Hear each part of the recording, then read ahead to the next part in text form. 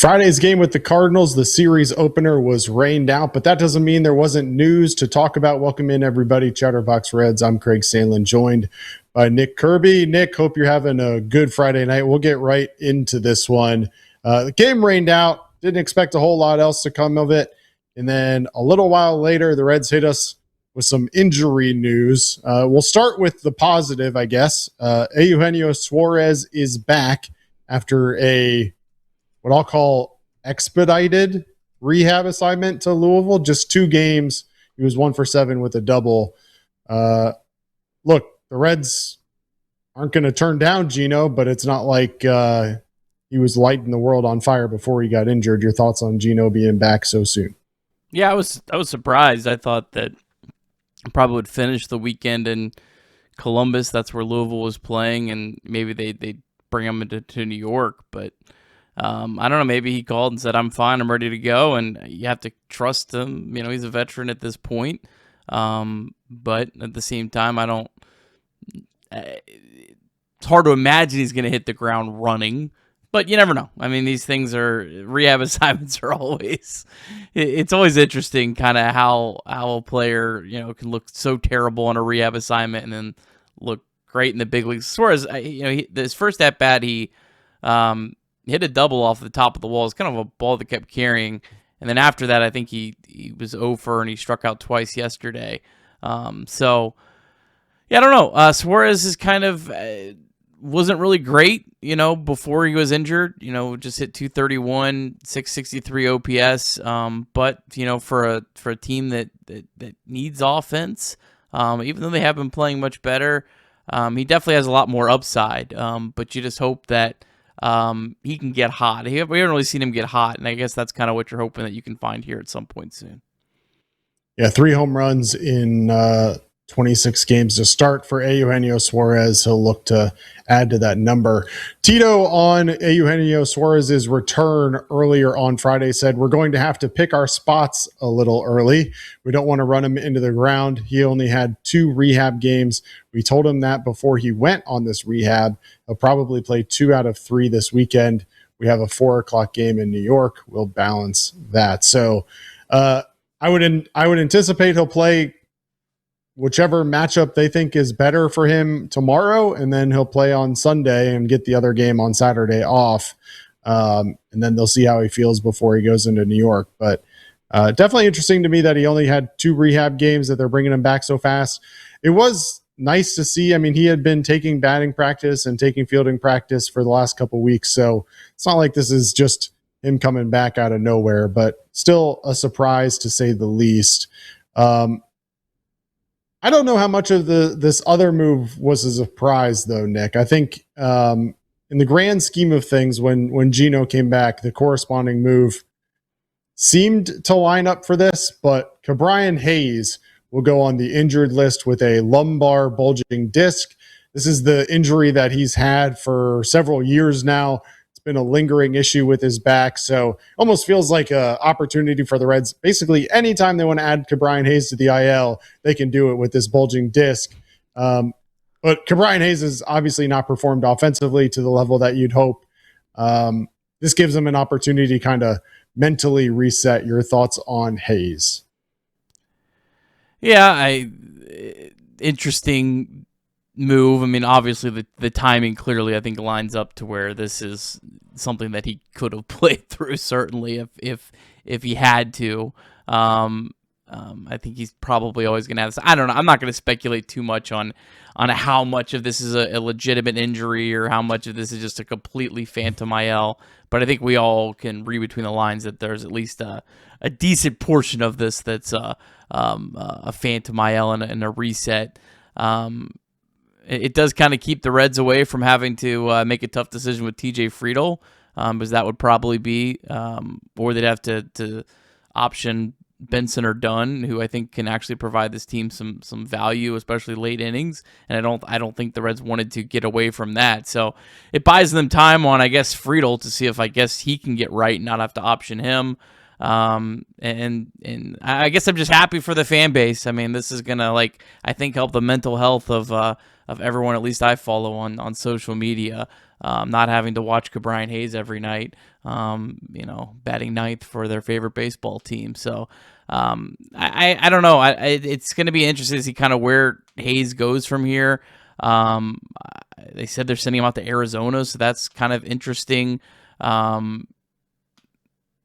Yeah, I mean, he should do fine in the Arizona Complex League if they play him in games. But they send guys out to Arizona, they don't actually play them in games. So I don't know exactly what their plan is for him, but it seems kind of likely that their plan for Brian Hayes will be how much of a need that they have for him, and I guess how this combo of Suarez and Stewart, and I guess Steer probably playing some infield. How well they perform defensively, I think will probably have a big determination on how quickly they kind of push for Brian to come back along. Yeah, the fact that they're sending him out to Arizona kind of tells me that this is that phantom IL thing, because if it was, they would just give him the time off and then send him to Louisville for a rehab assignment. Terry Francona said, we're going to get him out to Arizona. We want to get this thing going in the right direction so we can ask him to work and he doesn't have to worry about getting hurt or setting himself back. It feels a little bit to me, and I don't remember the exact year this happened, but it feels a little bit similar to when the Reds sent Connor Phillips to Arizona. This was back in 2024.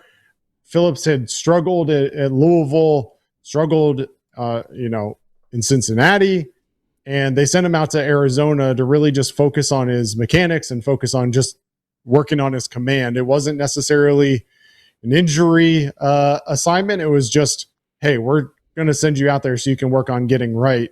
And this feels a little bit similar to that. You've got the hands-on, one-on-one coaching opportunities out in Arizona that maybe doesn't exist in Louisville or other places. And so this is an opportunity for him to get his mind right, get his body right, and see what happens. So look, at the end of the day, we've said it 100 times on this show. I think the general fan base would agree. A somewhat below average Brian Hayes offensively is a huge value to this team given his defensive abilities.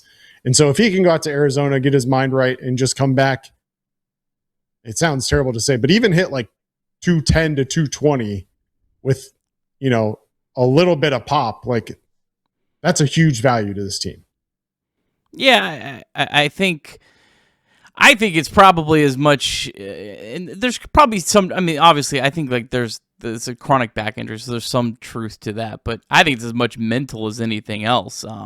And whether people want to believe it or not, I think if you're Brian Hayes, you're like, man, I've done so many of the things that has been asked of me. I've hit the ball harder. I've barreled up balls. I've got the ball in the air more, and the results have just been terrible. There was a stat that he was like the most unlucky hitter in baseball over 100 plate appearances, I think, in the StatCast era. So for Brian Hayes, like it's I think it's probably as much as a battle mental. I think that if he did the exact same thing that he did, I think people are going to laugh at this, and I really don't care at this point. I think if he did the exact same thing that he did, he hit the ball the exact same way and all that for the next 2 months, I think that his stats would probably be better than they were last year. I think that he got extremely unlucky. And when you have a bad hitter that's already a bad hitter that gets unlucky on top of that, that's when you have a guy that has a 420 OPS. So I think it's probably about mental, because it's got to be exhausting for him. And, these guys, they see the social media.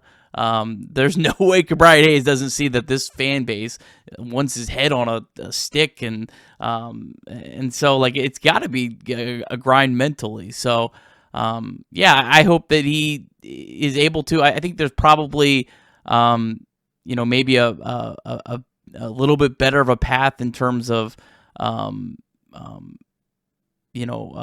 hitting more line drives and things like that, and but I don't know. I keep coming back to this, and I'll leave it at this. I think if you had showed any single Reds fan back in March Brian Hayes' StatCast page that currently exists, and he said, would you take that? I think people would be like, Brian Hayes is doing that, I'm thrilled. But the results haven't been there, and it's just snowballed on him. And then obviously he had that game the other day that was just one of the worst games you'll ever see. Yeah, not something that you'll see very often at the major league level, that's for sure. I do have one quick question. Obviously, we know that Eugenio Suarez and Sal Stewart will kind of split playing time at third base. My question for you, Gino's back, Hayes will go to the IL. What does your lineup look like? Where does Gino slot in? Knowing how Sal is hit of late, how Nathaniel Lowe is hit. On Saturday, the Reds will face two right-handed pitchers if that plays into your response at all. You know, I'm looking right now at the Fangraphs page, and they have Suarez batting 7th. That's where I bat him right now. I don't think that they'll do that, but he hasn't performed at this point. It's hard to expect that he's going to hit the ground running. Against right-handed pitching, and again, Suarez is better against left-handed pitching, so I don't think he should be hitting above Ellie. I don't think he should be hitting above Blade, Stewart, Steer, Lowe.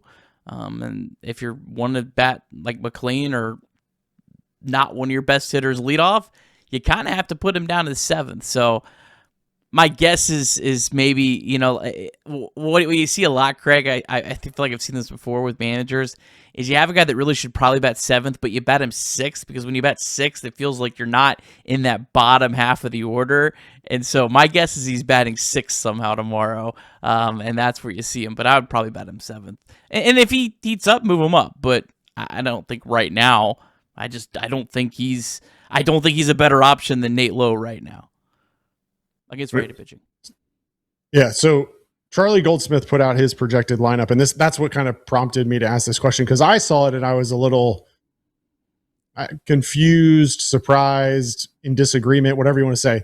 So Charlie had Matt McLean leading off, Ellie De La Cruz at shortstop, JJ Bleday in left field, Gino batting 4th, Sal 5th, Spencer 6th, Lowe 7th, and then Stevenson, Friedel, Benson, Dunn, however that lines up, right? So most likely, given the fact that they're facing two right-handers, that would be Will Benson and TJ Friedel maybe slotting in. So we'll see. But Nathaniel Lowe batting 7th and Gino batting 4th was interesting to me, to say the least.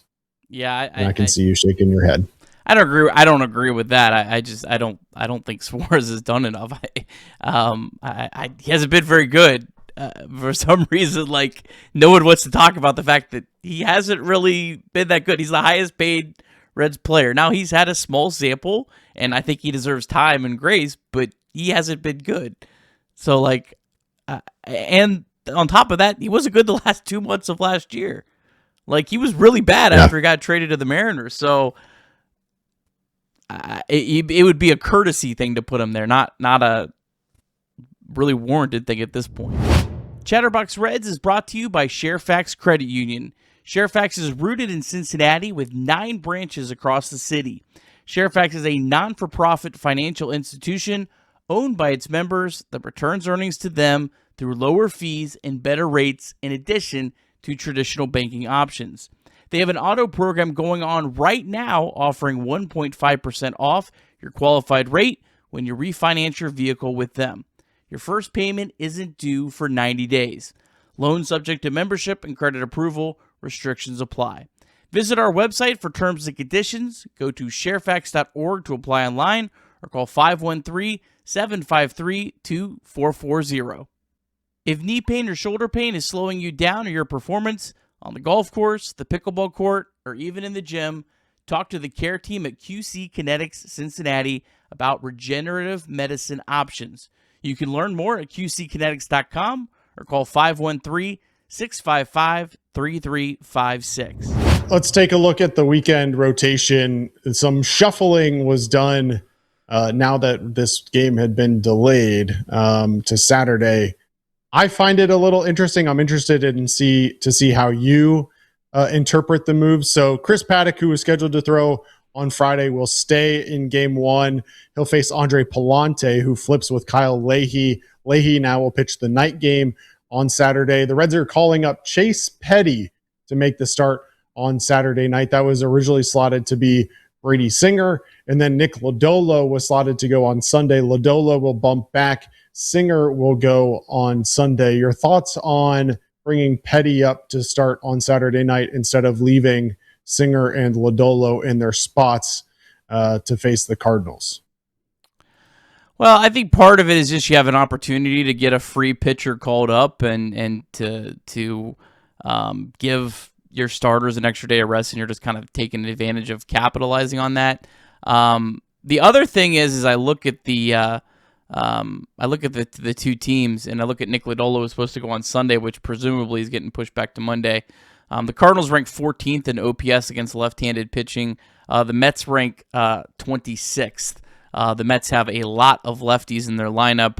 I'm counting their typical lineup as 1, 2, 3 guys plus 2 platoon guys that they don't play, and they play probably, I guess, lesser players. So I think it probably helps Lodolo. It helps Lodolo and probably hopefully helps you. So I think it was probably twofold from that regard. Having said that, this is a pretty weak a weekend of starting pitching for the Cincinnati Reds. Our vaunted elite rotation that we talked about is Chris Paddock, Chase Petty, and Brady Singer in a 3-game set at Great America Ballpark. But hey, look, Paddock, I thought he pitched pretty well against the Guardians. I think he's a guy that I think when the Reds brought him in, I think we talked, and he's a guy that's passable, and he's a guy that's certainly capable of good starts. Now, will he have a good start? I don't know. At the end of the year, he's probably not going to put up great numbers, but he can put up good starts. Chase Petty, who knows what he'll do on tomorrow night. He could throw 7 shutout innings, or he could not make it out of the third. I don't think either one would shock me.